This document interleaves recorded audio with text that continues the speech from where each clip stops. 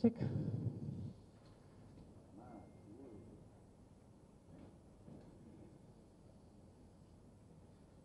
వాళ్ళ వెనకాల కూర్చోమని చెప్పాము.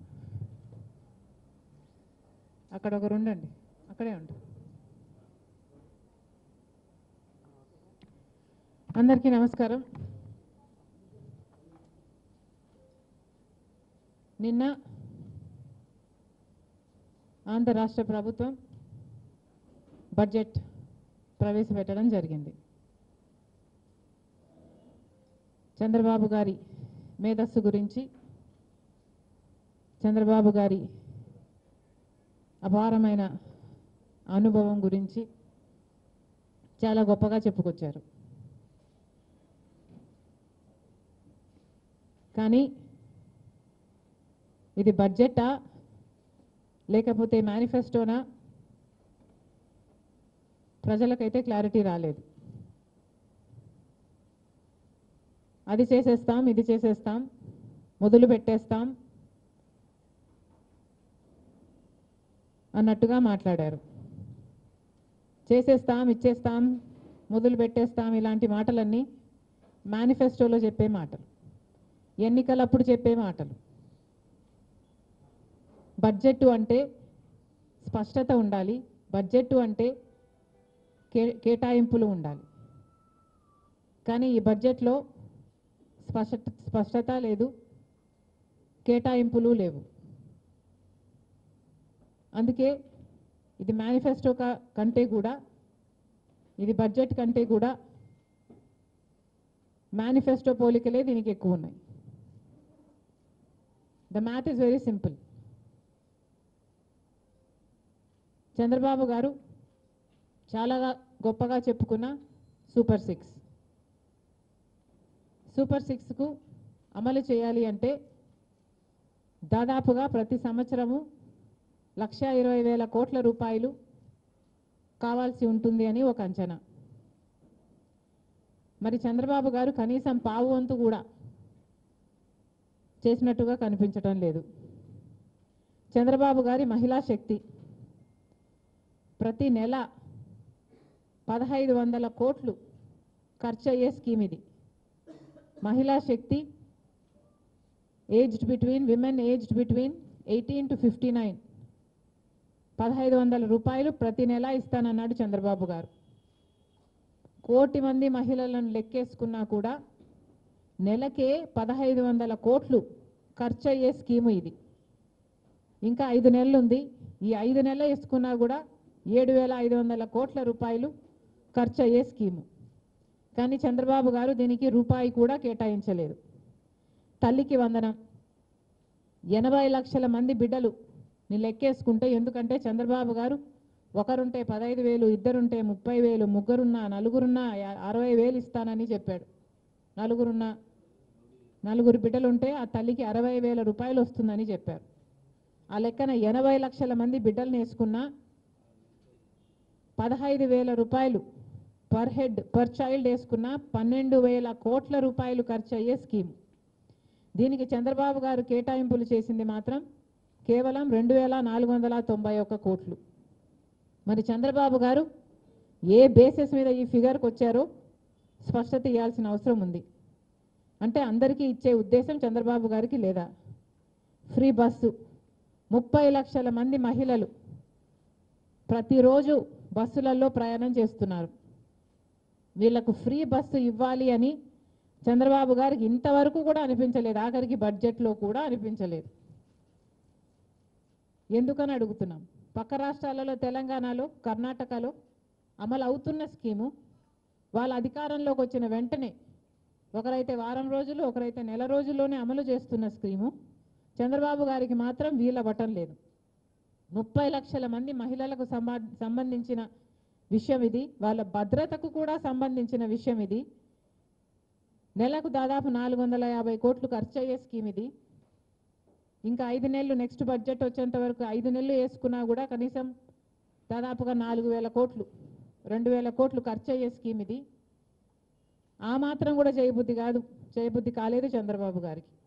అన్నదాత సుఖీభవ 52 లక్షల మంది రైతులకి సంవత్సరానికి 20,000 రూపాయలు ఇస్తానన్నాడు చంద్రబాబు గారు. కేంద్రం ఇచ్చేది పోగా చంద్రబాబు గారి రాష్ట్ర బడ్జెట్ మీద కనీసం 7,800 కోట్ల రూపాయలు చూపించాల్సి ఉంది. దీనికి 4,500 కోట్లు మాత్రమే చూపించారు చంద్రబాబు గారు. మరి ఇది ఏ బేసిస్ మీద ఇచ్చారో చంద్రబాబు గారే సమాధానం చెప్పాలి. నిరుద్యోగ భృతి, ఇది కూడా నిరుద్యోగం అన్నది మన రాష్ట్రానికి చాలా పెద్ద సమస్యగా మారింది. ఉద్యోగాలు రావటం లేదు, బిడ్డలు అల్లాడిపోతున్నారు. కనీసం నిరుద్యోగ భృతి అన్నా లేకపోతే వాళ్ళ తల్లిదండ్రుల మీద ఆధారపడి బతకాల్సిన పరిస్థితి వస్తుంది. నిరుద్యోగ భృతి కింద 1,500 రూపాయలు ప్రతి నెల, 3,000 రూపాయలు ప్రతి నెల ఇస్తానన్నాడు చంద్రబాబు గారు. కనీసం 50 లక్షల మంది 3,000 రూపాయలు వేసుకుంటే కూడా 3,000 రూపాయలు వేసుకుంటే కూడా కనీసం ఈ నెక్స్ట్ 5 నెలల్లోనే 7,500 కోట్ల రూపాయలు ఇవ్వాల్సి ఉంటుంది. కనీసం రూపాయి కూడా కేటాయించలేదు చంద్రబాబు గారు. ఇళ్ల విషయానికి వస్తే 40 లక్షల ఇల్లులు కట్టిస్తానన్నాడు చంద్రబాబు గారు రాబోయే 5 సంవత్సరాలలో. అంటే సంవత్సరానికి 8 లక్షల ఇల్లులు. 8 లక్షల ఇల్లులు 2 సెంట్లలో 4 లక్షల రూపాయలు పెట్టి కట్టిస్తానన్నాడు చంద్రబాబు గారు. దీనికి కావాల్సిన డబ్బు 32,000 కోట్ల రూపాయలు. కేటాయించింది మాత్రం కేవలం 4,000 కోట్ల రూపాయలు మాత్రమే. మరి చంద్రబాబు గారు ఎక్స్ప్లెయిన్ చేయాలి, ఇల్లులు అవంతకవే ఏమైనా పుట్టుకొస్తాయా భూమిలో నుంచి, మాకైతే అర్థం కావటం లేదు. 3 సిలిండర్లు ఇస్తానన్నాడు చంద్రబాబు గారు ప్రతి కుటుంబానికి ఉచితంగా. 1,54,00,000 కుటుంబాలు ఉంటే 3 సిలిండర్లు పర్ ఫ్యామిలీ వేసుకున్నా 4,000 కోట్ల రూపాయలు అవుతుంది సంవత్సరానికి. చంద్రబాబు గారు కేటాయించింది మాత్రం 900 కోట్లు మాత్రమే. ఇలా చెప్పుకుంటూ పోతే ఇక డ్రైవర్స్ వెల్ఫేర్ స్కీమ్ అట, చంద్రబాబు గారు 3 లక్షల మందికి గాను 15,000 రూపాయలు ఇస్తారన్నాడు. దీనికి ఖర్చు అయ్యేది 4,500 కోట్ల రూపాయలు. కానీ 1 రూపాయి కూడా కేటాయింపు చేయలేదు చంద్రబాబు గారి ప్రభుత్వం. గవర్నమెంట్ ఎంప్లాయీస్ ఐఆర్ కింద 10 లక్షల మందికి 10% పర్ ఎంప్లాయీ వేసుకున్న 2,500 కోట్ల రూపాయలు. రూపాయి కూడా కేటాయింపు చేయలేదు చంద్రబాబు గారు. 0 వడ్డీకే రుణాలు 83 లక్షల మందికి వేసుకున్నా కూడా కనీసం 5,000 కోట్ల రూపాయలు కావాలి. చంద్రబాబు గారు కేటాయింపులు చేసింది మాత్రం 2,050 కోట్లు. ఇలా చెప్పుకుంటూ పోతే లిస్టు చాలా ఉంది. చంద్రబాబు గారిని సూటిగా ప్రశ్నిస్తుంది కాంగ్రెస్ పార్టీ. ఎన్నికలు గెలవడానికి మాత్రమే మీరు వాగ్దానాలు ఇచ్చారా? అవి నిలబెట్టుకునే ఉద్దేశం మీకు లేదా? ఇప్పటికే చంద్రబాబు గారు 17,000 కోట్ల రూపాయలు విద్యుత్ బకాయిల కింద జనాల నెత్తిన మోపారు. మీకు వైసీపీకి ఏమిటి తేడా? 5 సంవత్సరాలలో వాళ్ళు 35,000 కోట్ల రూపాయలు ప్రజల్ని పిండి వసూలు చేస్తే ఇప్పుడు మీరు కూడా ప్రజల రక్తం పిండడానికి సిద్ధపడలేదా? 17,000 కోట్ల రూపాయలు అంటే ఇది సామాన్యమైన భారం కాదు. కనీసం ప్రతి ఇంటికి వచ్చే పవర్ బిల్లులో 40% హైక్ ఉండబోతుంది. మరి చంద్రబాబు గారు కేటాయింపులు చేసేటప్పుడు వీటి గురించి ఎందుకు పరిగణలోకి తీసుకోలేదు? బీజేపీతో మీరు స్నేహం కొనసాగిస్తున్నారు. బీజేపీ ప్రభుత్వాన్ని మీరు అక్కడ కేంద్రంలో నిలబెట్టి ఉన్నారు. ఈరోజు మోడీ గారు అధికారంలో ఉన్నారు అంటే అది కేవలం ఆంధ్ర రాష్ట్ర ప్రజలు మీకు ఇచ్చిన బలం, మీరు ఆయనకిచ్చిన బలం. ఇది ఇప్పుడే కాదు, గత 10 సంవత్సరాలుగా జరుగుతూనే ఉంది. అయినా కూడా మన రాష్ట్రానికి ఏది చేయకపోయినా కూడా, మోడీ గారు మన రాష్ట్రానికి ఒక గుండు సున్నా ఇచ్చినా కూడా చంద్రబాబు గారు మాత్రం నెత్తిన పెట్టుకున్నారు మోడీ గారిని. ఎందుకు అని అడుగుతున్నాం. బడ్జెట్లో సూపర్ 6 కేటాయింపులు లేకపోగా కనీసం ఈ పవర్ బిల్లు అడిషనల్గా ప్రజల్ని ఈసారైనా కాపాడుతారు అనుకుంటే కనీసం ఇది కూడా చెప్పలేదు చంద్రబాబు గారు. ఇంకా లిక్కర్ మీద ఇంకా అదనంగా 10,000 కోట్ల రూపాయలు సంపాదిస్తారట. అంటే ఇప్పటికే బెల్ట్ షాపులు పుట్టుకొస్తున్నాయి. ఇంకా ఇది యథావిధిగా కంటిన్యూ అవుతుంది. రిజిస్ట్రేషన్ ఛార్జెస్ డబుల్ అవ్వబోతున్నాయి. ఇది ప్రజల బడ్జెట్ కానే కాదు. ఇది ప్రజల కోసం రూపొందించిన బడ్జెట్ కానే కాదు. ప్రజలను ఓట్లేసే యంత్రాలుగా మాత్రమే చూస్తున్నారు. ప్రజలతో ఓట్లేపించుకోవడానికి ఏం చెప్పాలనో మేనిఫెస్టోలో అది చెప్తున్నారు. ఎన్నికలప్పుడు ఆ వాగ్దానాలు ఇస్తున్నారు. ముందు వెనక ఆలోచించకుండా ఇస్తున్నారు. చంద్రబాబు గారికి తెలియదా 8 లక్షల కోట్ల రూపాయలు అప్పు చేసింది వైసీపీ ప్రభుత్వం అని, 11 లక్షల కోట్ల రూపాయలు రాష్ట్రం మీద అప్పుల భారం ఉంది అని, ఇవన్నీ తెలిసే కదా వాగ్దానాలు ఇచ్చారు. మరి అలాంటప్పుడు ఎలక్షన్లు అయిపోయిన తర్వాత, ఓట్లు వేయించుకున్న తర్వాత, మీరు గెలిచిన తర్వాత, మీరు అధికారంలోకి వచ్చిన తర్వాత, మీరే కాదు బీజేపీ పార్టీని కూడా మీరు అధికారంలో అక్కడ కూర్చోబెట్టిన తర్వాత ఆంధ్ర రాష్ట్ర ప్రజలకు ఇంత అన్యాయం చేయడం భావ్యం కాదు. ఇది ప్రజల బడ్జెట్ కానే కాదు అని కాంగ్రెస్ పార్టీ చాలా స్పష్టంగా చెప్పదలుచుకుంది. ప్రజా వంచన బడ్జెట్ ఒకవైపు ఇలా ఉంటే, చంద్రబాబు గారి వైఖరి పాలకపక్షం ఇలా ఉంటే, ఇంకోవైపు ప్రతిపక్షం అనలేము, ప్రతిపక్షం ఇవ్వలేదనే ఆయన గోలంతా జగన్మోహన్ రెడ్డి గారు ఈరోజు అసెంబ్లీకే వెళ్ళను అని మొండికేసుకొని కూర్చున్నారు. ఇది భావ్యమేనా అని మళ్ళీ అడుగుతున్నాం. జగన్మోహన్ రెడ్డి గారు, ఆయన ఎమ్మెల్యేలు అందరూ కలిసి 11 మంది ఉన్నారు. మరి వీళ్ళని గెలిపించింది ప్రజలైతే ఆ ప్రజలను వాళ్ళు అసెంబ్లీలో రిప్రజెంట్ చేయాల్సిన అవసరం వాళ్ళకు లేదా? వారి బాధ్యత కాదా? జగన్మోహన్ రెడ్డి గారు అసెంబ్లీకి వెళ్ళను, నాకు ప్రతిపక్ష హోదా ఇవ్వకపోతే నాకు మైక్ ఇవ్వరు, నన్ను మాట్లాడనివ్వరు అని చెప్తున్నారు. అయ్యా, నీకు ఎందుకు ఇవ్వటం లేదు ప్రతిపక్ష హోదా? మీ స్వయం కృతాపరాధమే కదా. మీకు 11 మందే గెలిపించారు ప్రజలు అంటే, ఒకప్పుడు 151 మందిని గెలిపించిన ప్రజలు మిమ్మల్ని 11 మందినే గెలిపించారు అంటే మీ స్వయం కృతాపరాధం కాదా? ఎన్ని మాటలు చెప్పారు మీరు ప్రజలకు? ఆఖరికి రాజశేఖర్ రెడ్డి గారి జలయజ్ఞం ప్రాజెక్టు నవరత్నాలలో అదొక రత్నం. 6 నెలల్లో రాజశేఖర్ రెడ్డి గారు వదిలి వెళ్ళిపోయిన ప్రాజెక్టులు అన్నీ పూర్తి చేస్తామని చెప్పి కూడా మీరు పూర్తి చేయలేదు. ఇలా 1 కాదు 2 కాదు, పూర్తి మద్యపాన నిషేధం అని మోసం చేశారు.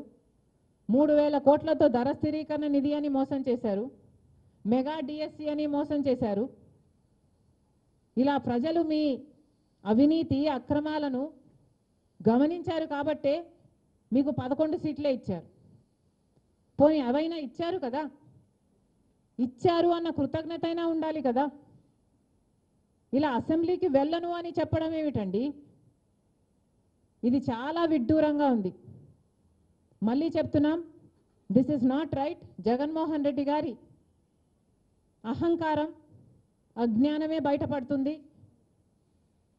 ఒకవేళ జగన్మోహన్ రెడ్డి గారికి ఏమైనా అసెంబ్లీకి పోయే ధైర్యం లేదా, లేక ఆ సామర్థ్యం లేదా? జగన్మోహన్ రెడ్డి గారు సమాధానం చెప్పాల్సిన అవసరం ఉంది. ఈరోజు జగన్మోహన్ రెడ్డి గారి వైసీపీ ఎమ్మెల్యేలకు కూడా ఈ ప్రశ్న అడుగుతున్నాం. మిమ్మల్ని ప్రజలు గెలిపించారు. ఎందుకు గెలిపించారు? మీరు వాళ్ళ రిప్రజెంటేటివ్స్గా ఉంటారు అని గెలిపించారు. మీరు ఎమ్మెల్యేలు అయ్యారు. ఎమ్మెల్యే అంటే అర్థం ఏమిటి? Member of legislative assembly. మీరేమిటండి మెంబర్ ఆఫ్ లెజిస్లేటివ్ అసెంబ్లీ? మీరు అసెంబ్లీకి వెళ్ళకపోతే వాట్ ఆర్ యూ? ఆలోచన ఉండనవసరం లేదా? ప్రజలు మీకు ఓట్లేసి గెలిపించారు. మీ డెఫినిషనే అది, మెంబర్ ఆఫ్ లెజిస్లేటివ్ అసెంబ్లీ అని. మరి అలాంటప్పుడు మీరు అసెంబ్లీకే వెళ్ళను అంటే మీరు ప్రజలకు వెన్నుపోటు పొడచడం కాదా? మీరేమైనా ప్రజలకు ముందే చెప్పారా మేము ఓడిపోతే అసెంబ్లీకి పోము అని? చెప్పలేదు కదా. ప్రజలు ఏమనుకున్నారు? మిమ్మల్ని గెలిపిస్తే వాళ్ళని అసెంబ్లీలో మీరు రిప్రజెంట్ చేస్తారు అని కదా వాళ్ళు అనుకున్నారు. మరి అలాంటప్పుడు మీరు ఇప్పుడు అసెంబ్లీకి వెళ్ళకపోతే మీరు ప్రజలను మోసం చేసినట్టు కాదా? మీకు ఏ హక్కు ఉందండి మేము అసెంబ్లీకి వెళ్ళము అని చెప్పడానికి? జగన్మోహన్ రెడ్డి గారిదంటే అహంకారం అనుకోవచ్చు. మీ అందరికీ ఏమైంది? ఒక్కొక్క నియోజకవర్గం నుంచి మిమ్మల్ని గెలిపించింది నియోజకవర్గంలో ఉన్న సమస్యల గురించి మీరు ఫ్లోర్ ఆఫ్ ది అసెంబ్లీలో మీరు మాట్లాడాలి అని కదా. మీరు అక్కడెక్కడో మాట్లాడతాం, మా ఇంట్లో మాట్లాడతాం, పక్కింట్లో మాట్లాడతామంటే ఏమర్థం ఉందండి? మాట్లాడొద్దు అనటం లేదు, పోరాటాలు బయట చేయొద్దు అనటం లేదు. కానీ అసెంబ్లీలో కూడా చేయాల్సిన అవసరం ఉంది కదా. ప్రజలు మీరు పంపించిందే మెంబర్స్ ఆఫ్ లెజిస్లేటివ్ అసెంబ్లీకి అయితే మీరు పోము అంటే ఎంత అజ్ఞానమో ఇది బయటపడుతుంది. మళ్ళీ చెప్తున్నాము, this is not right. YCP ఎమ్మెల్యేలకు కూడా చెప్తున్నాము, దిస్ ఇస్ అబ్సల్యూట్లీ రాంగ్.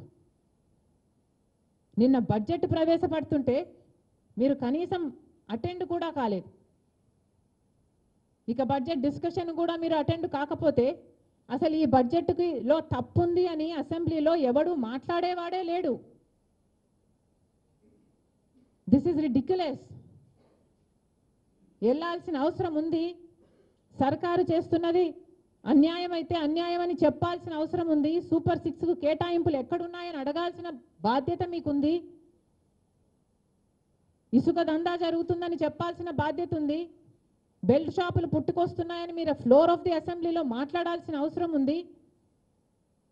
ఇవేవి మీ బాధ్యతలుగా కనిపించటం లేదా? మళ్ళీ చెప్తున్నా, మీరు అసెంబ్లీకి వెళ్ళకపోతే రాజీనామాలు చేయండి. మీరు రాజీనామాలు చేయండి.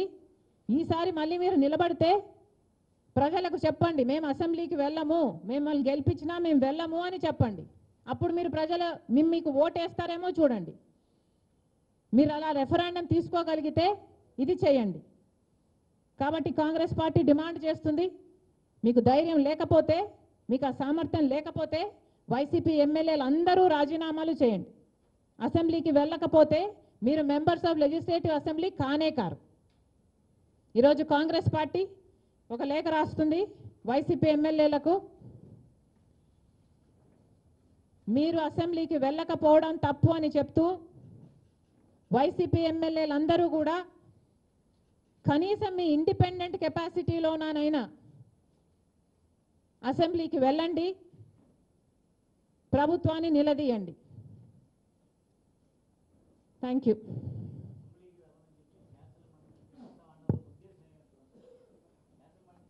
వాళ్ళకి ఏదైనా క్లారిటీ ఉంటే కదా.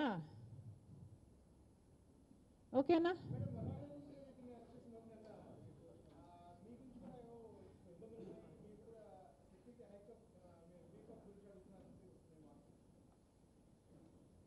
సోషల్ మీడియాలో జరుగుతున్న అన్యాయాలకు నేను కూడా ఒక బాధితురాలిని. జగన్మోహన్ రెడ్డి గారు నాకు సొంత అన్నయ్య ఉండి కూడా సోషల్ మీడియాలో నన్ను అంటే తన సొంత చెల్లిని, తల్లిని, సొంత చిన్నాన బిడ్డను, వీళ్ళందరినీ, మా అందరినీ ఎట్లా పడితే అట్లా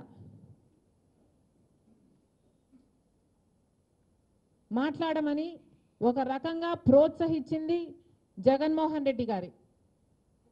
ఒక్కసారైనా నిలబడి ఇది అన్యాయము, ఇలా చేయటానికి వీల్లేదు అని ఒక్కసారైనా జగన్మోహన్ రెడ్డి గారు నోరు విప్పుంటే ఇవి ఆగేవి. కానీ అసెంబ్లీలో జగన్మోహన్ రెడ్డి గారు నోరు విప్పలేదు. సోషల్ మీడియాలో ఇంత నీచంగా వ్యవహరిస్తున్న వాళ్ళ మీద కూడా జగన్మోహన్ రెడ్డి గారు నోరు విప్పలేదు. సోషల్ మీడియాలో మా గురించి ఎన్నో అబద్ధాలు చెప్పారు, అక్రమ సంబంధాలను అంటగట్టారు, నీచంగా అవమానించారు, తిట్టారు, బూతులు కూడా మాట్లాడారు. This is not right. Social మీడియాలో ఇది ఆగాలి. జగన్మోహన్ రెడ్డి గారు బాధితురాలి నేను కాబట్టి చెప్పగలుగుతున్నా, ఇటీవల కాలంలో గత కొన్ని సంవత్సరాలుగా ఒక సైన్యం వైసీపీ ఏర్పరచుకుంది. సోషల్ మీడియాలో వాళ్లకు వ్యతిరేకంగా ఉన్న వాళ్ళ మీద దాడులు చేయడానికి. ఇది సహించరాని విషయం. ఒక మహిళ మీద దాడి చేయాలి అంటే అది ఒక ఫిజికల్ దాడే అవ్వాల్సిన పని లేదు. ఇలా సోషల్ మీడియాలో క్యారెక్టర్ అసాసినేషన్ చేయడం is even worse than that. మీకు ధైర్యం ఉంటే ఎదురుగా వచ్చి మాట్లాడాలి తప్ప ఇలా తెర వెనక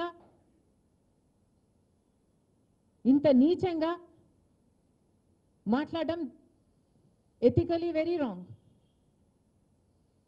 అసలు ఎవరైనా ఈరోజు మహిళలు రాజకీయాలలో ఉండాలి అంటే భయపడే పరిస్థితి కల్పిస్తున్నారు. కుటుంబాలలో కమెంట్లు చదవకండి అని మేమే చెప్పాల్సిన పరిస్థితి వస్తుంది.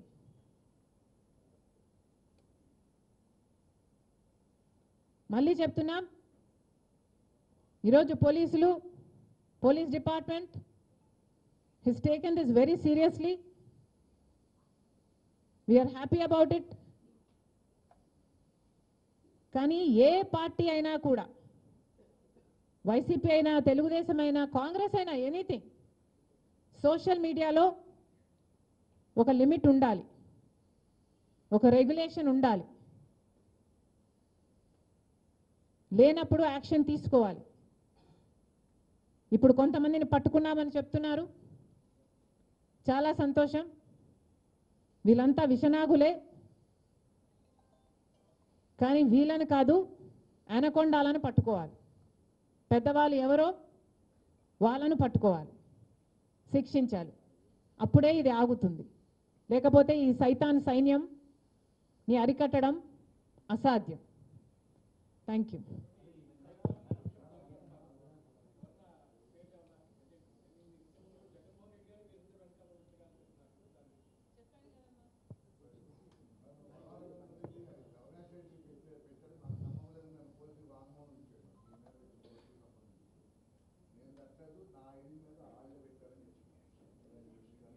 మరి వాళ్ళ మీద యాక్షన్ తీసుకోవాలి. పోలీసులు ఉన్నది అందుకే కదా, ఎంక్వైరీలు చేయాలి. అసలు అనకొండాలు ఎవరో కనుక్కోవాలి. అదే కదా చెప్తున్నాను నేను కూడా, కనుక్కోవాలి, యాక్షన్ తీసుకోవాలి.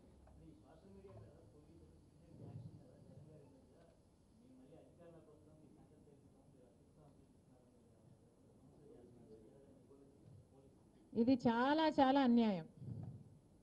ఇలాంటి మాటలు అహంకారానికి మాత్రమే సాదృశ్యం. కాదంబరి అనే ఒక మహిళ మీద ఎంత దారుణంగా 40 రోజుల పాటు ఆమెను జైల్లో పెట్టారో చూసాం. అన్యాయంగా వాళ్ళ తల్లిదండ్రులు నేవీ ఆఫీసరు, బ్యాంక్ ఆఫీసర్ అయితే అట్లాంటి వాళ్ళను కూడా తీసుకొచ్చి 40 రోజుల పాటు జగన్మోహన్ రెడ్డి గారి హయాంలో జైల్లో పెట్టారు. అధికార దుర్వినియోగం కాకపోతే ఏమిటి? ఎంత 40 మంది, ఎన్నో మంది ఆఫీసర్లు, ఐపీఎస్ ఆఫీసర్లు కూడా కాదంబరిని అరెస్ట్ చేయడానికి బాంబే వరకు వెళ్ళారట. పోలీసులను అలా వాడుకుంది జగన్మోహన్ రెడ్డి గారు, వైసీపీ ప్రభుత్వం. ఇది అధికార దుర్వినియోగం కాకపోతే ఏమిటి అని అడుగుతున్నాం. ఇప్పటికైనా పోలీస్ డిపార్ట్మెంటు ఏ ప్రభుత్వాలకు పని చేయకుండా ప్రజల కోసం పని చేయాలి అని చెప్తున్నాం. అందుకే చెప్తున్నాం, సోషల్ మీడియాలో ఏ పార్టీ అయినా సరే, అధికారంలో ఉన్నా, ప్రతిపక్షంలో ఉన్నా, ఏ పార్టీ అయినా సరే ఇలాంటి వాటికి పాటుపడితే మాత్రం సహించకూడదు. పోలీసులు వాళ్ళ పని వాళ్ళు ధైర్యంగా చేయాలి. ఇలాంటి వాళ్ళ జగన్మోహన్ రెడ్డి గారు లాంటి నాయకుడే ఈరోజు పోలీసులనే బెదిరిస్తున్నారు అంటే ఇక వీళ్ళ అహంకారానికి హద్దే ఉంది. అధికారం పోయింది, అయినా కూడా వీళ్ళ అహంకారం తగ్గలేదు అంటే వీళ్ళకు దేవుడు ఇంకా నేర్పించాల్సింది చాలా ఉంది.